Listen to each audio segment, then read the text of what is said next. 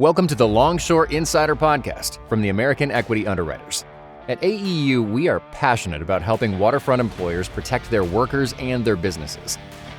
Join us as we explore practical strategies for improving workplace safety, effective claims management, and much more. So let's dive in.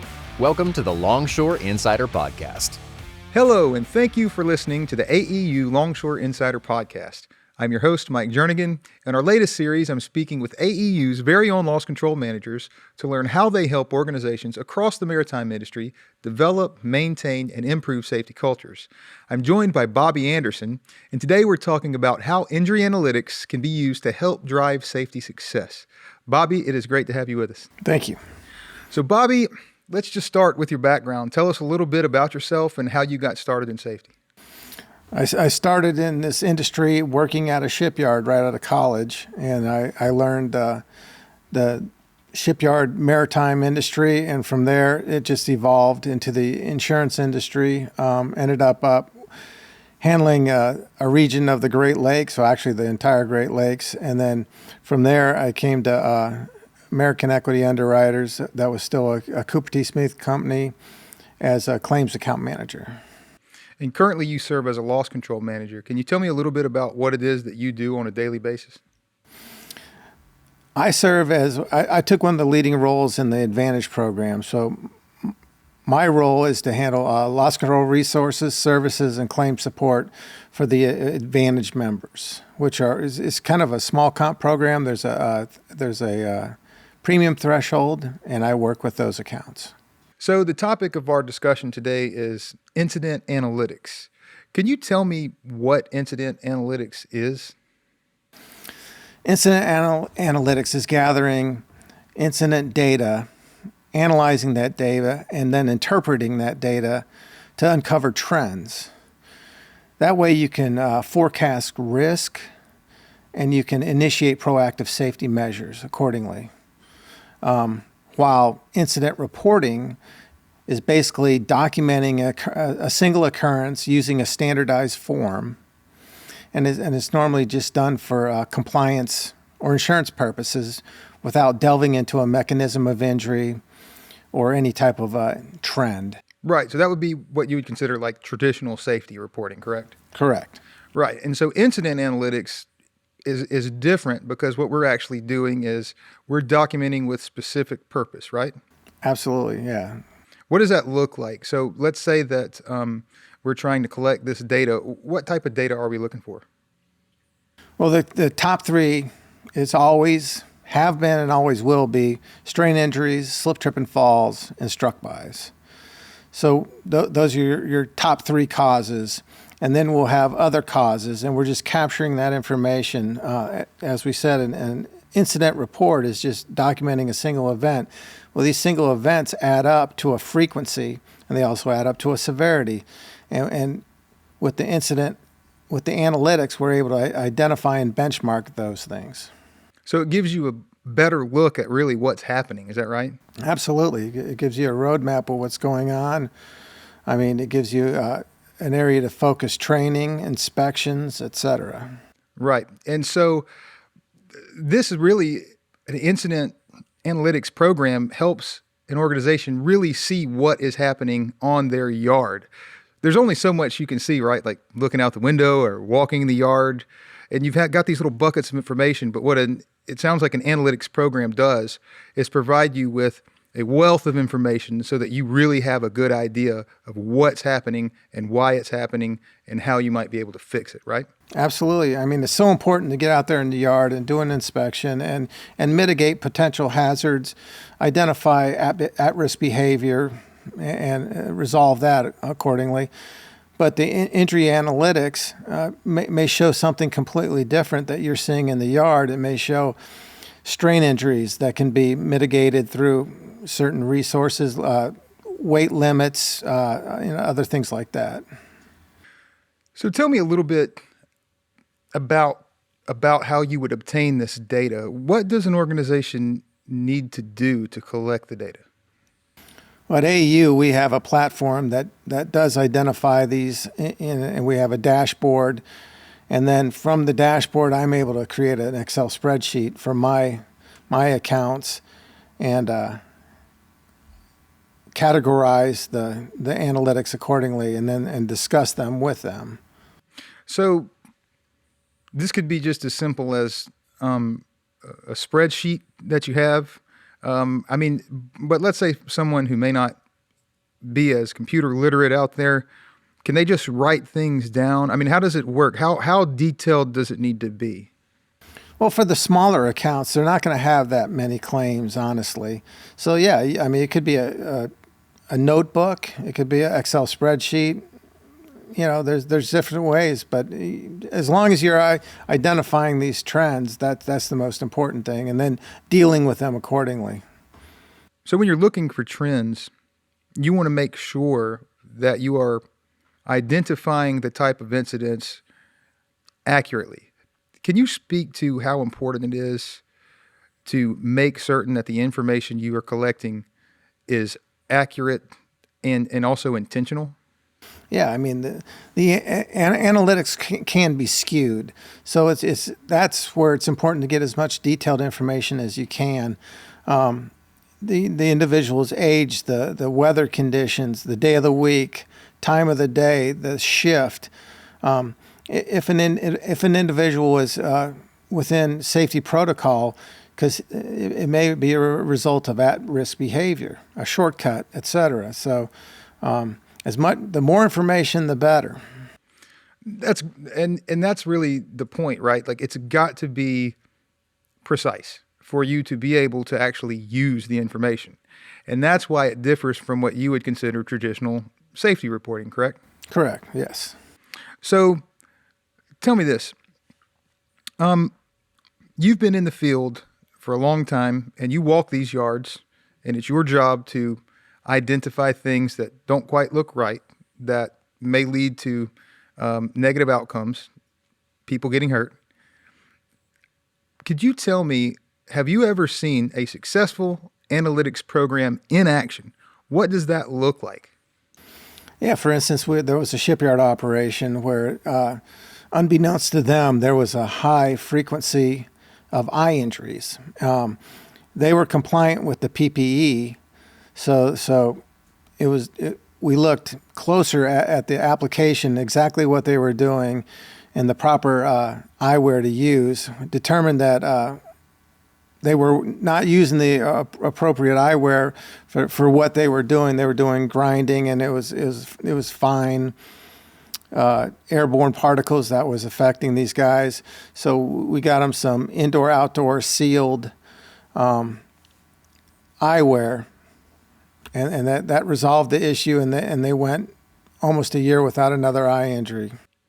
How did those employees react to that eyewear and getting that PPE? Obviously, it's very, very important to get to employee engagement and to get their feedback, and they acknowledged that the eyewear was effective, but the other item that we weren't aware was they found them very attractive. So we didn't take that into aspect, that the cool aspect, or the how attractive the eyewear is, and now that makes a difference. So you might not think that data and analytics is cool, but if you're doing it right, it might lead to a cool pair of sunglasses at the least. But at the most, you're keeping people going back to their families safely with their eyesight intact. Right, because as you know, frequency leads to severity. So that's the biggest concern when we see a frequency, is that big one's around the corner. So we better address it ASAP. And so we've got safety professionals who are on the yard, and they're walking around and they're observing and they're taking note of things and they're recording them, ideally, and they are trying to capture this information. But is it incumbent upon just the safety professionals on site to report this data, or do all employees need to engage in this? Employee engagement is so important. For instance, a stellar near-miss program where the employees are reporting near-miss events. And the near-miss event was an occurrence that could have caused an injury or could have caused property damage within the facility, but didn't. So the factors surrounding that event need to be looked at and addressed. And so these guys have to have the buy-in to report this stuff and feel comfortable doing so. And it just shows ownership in the safety program, and it shows them how important safety is. It's a top-down, safety's top-down, management commitment down to the deck plate, and if everyone's involved, that's what you want. And that creates the safety culture that you want. Right, and I think a lot of times, I certainly have friends who work in the industry, and I often have heard complaints about maybe people feeling as if they don't quite have this resource or that resource. But can you speak to how an effective incident analytics program can lead and help influence the training programs, the resources that a company provides? Like, what are all the positive things that could come from developing and implementing an analytics program? I mean, just your toolbox talks or your gangway meetings may become redundant, and they may be the same thing over and over. But if you're able to identify, and the workforce able to identify events that have occurred and provide positive feedback on how to mitigate these things, the meeting is so much more meaningful. Because, I mean, you're talking about a real event, and you're getting, the engagement of how to resolve that issue. So you told me about an example where an analytics program led to improved PPE, that the employees not only helped keep them safe, but that they thought was cool glasses, right? But tell me about what happens if you've got an ineffective analytics program. What are some of the things that may cause an analytics program to fail? Well, things are just getting swept under the rug. I mean, you're having these events. There's no type of examination of the mechanism of injury or the subsequent trending that's occurring, and it's not being addressed. I mean, you should be able to focus on these things and mitigate these items, and everyone's safer as a result. So for companies out there who don't have an analytics program right now, and they're listening to this podcast and they're thinking, you know what, I really do want to have a better handle on exactly what's happening in my yard or in my facility, what are some things that they can start doing to get that ball rolling? Well, if they're an ALMA member, they can reach out to their loss control manager, and we certainly are happy to run their injury analytics, as well as meet with them and discuss them. We could do that virtually or in person. If they're not an ALMA member, I would encourage the operation to start, designate someone to document every incident. I mean, every time they have an incident reported, to document the mechanism of injury, time of the day of the week, shift, weather conditions, et cetera, and start gathering that information. So over time, you'll start establishing your benchmarks. And we can't overstate this, that accuracy is key, right? Oh, absolutely. For instance, as we talked about, strain injuries, slip, trip, and falls, and struck-bys, I've seen where struck-bys were a motor vehicle accident was reported as a struck-by. That should be a motor vehicle accident should be a separate occurrence. And for instance, in a marine cargo handling facility, you start looking at traffic patterns and the different machinery and all that. And so it should stay a motor vehicle accident or a foreign matter in an eye. I've seen that as a struck by, and I understand why the particle struck the foreign matter struck the eye, but that should be a separate category is foreign matter, eye injuries, because that's a very common occurrence, and like I said, so very preventable. Because if you have incorrectly labeled information, then you're not really going to be able to tell what's happening. Right. You got to have your categories. And we just talked about the top three, and then from there categorize down. Right. Because there can be, and you mentioned earlier, weather, the time of the week can even make what day of the week it might be, anything. There's so many different things that can have an impact. Have you seen, maybe can you speak to something that's like a unique trend that maybe something that you would say, we wouldn't have thought about this before? Well, we've seen injuries occur on a specific day, and over the years I've learned to ask what day is payday. So if payday is on Wednesday and you have a high level of claims on Thursday, that might be your answer. So that's one that I've uncovered over, and we've also talked about Saturdays. Saturdays, in many cases, there's a lack of supervision, and that may be an event.